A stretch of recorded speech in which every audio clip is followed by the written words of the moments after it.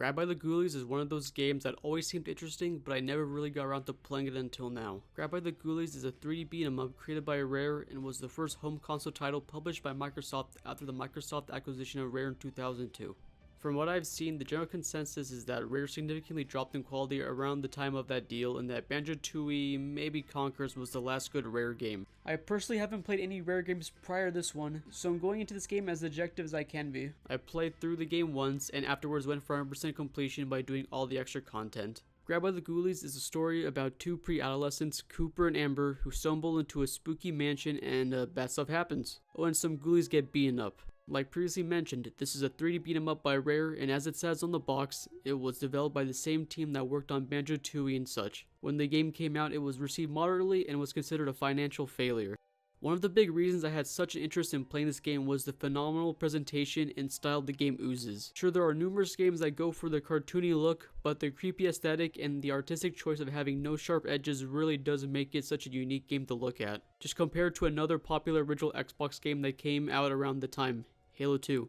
Both came out around the same time, but Halo 2's realistic visuals is much more dated than Ghoulies' cartoon-like visuals. Watching Cooper punch, kick, slam, and smack enemies is very satisfying due to the well-crafted animations and superb sound design. Just like a true horror movie, the game features many classic horror sound effects that further add to the theme the game is going for. The soundtrack is very good and further enhances the overall presentation.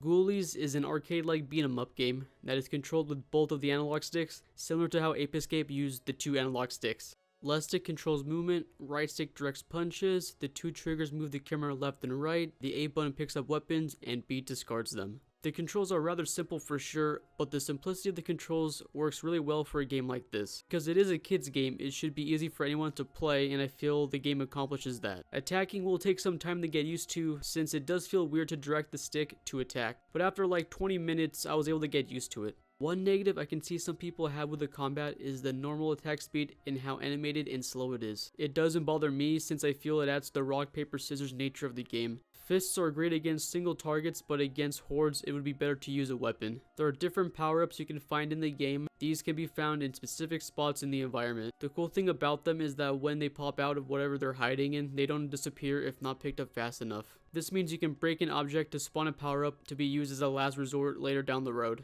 This leads into one of the game's biggest strengths, a lot of user choice and freedom in combat. For a game with such simple controls, there are numerous ways to finish a room. Each person could probably come up with a plan different from another person. For example, take a look at this room. The goal of this room is to simply get to the other side of the dance floor. The player could waltz right in and start beating up the ghouls, or instead the player can loop to the side and throw bottles and barrels to weaken the ghouls. It's almost like a puzzle. If I was ever having trouble with the level, I would change my strategy and see if that worked. The challenge of Grabbed by the Ghoulies comes from the rules that dictate each room of the mansion. For example, a room could have the rule of no weapons and only fists, or maybe don't kill this type of enemy, or even find a key hidden in the room. The rooms force you to think on the fly what to do next to survive, and I always look forward to see what absurd challenge awaits me in the next room. Also, there are numerous types of enemies to fight, from skeletons to whatever this thing is.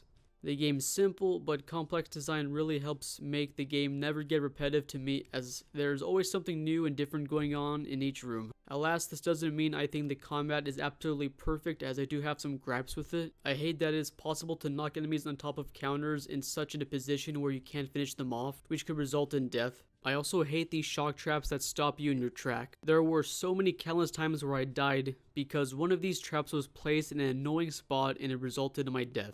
However, it isn't that big of a deal because dying only results in repeating the current room, so death isn't that big of an issue in this game. I guess it begs the question, what happens when you do fail the challenge or the rules of the room? Maybe in lesser games that would result in an instant fail and you would have to try again, but that isn't the case in Grabbed by the Ghoulies. Failure of a challenge results in the Grim Reaper himself spawning into the room. The Grim Reaper will continuously chase the player, and if the Reaper catches up, then it's game over. There are ways to get him off you with either power-ups or smacking him with a weapon. To me, the Grim Reaper is the best mechanic of the game, and that is because of one little thing. It is that anyone can die to his touch. Not just the player, but any ghoul. This adds a whole new way to play the game, as it opens up the possibility of purposely spawning a Reaper and using him to defeat enemies for you. Crazy thing was that this mechanic was a bug turned game mechanic, and I love it. So many close calls had me on the verge of losing, but the Grim Reaper kills the ghoul I needed to kill and I run to the exit just barely avoiding death.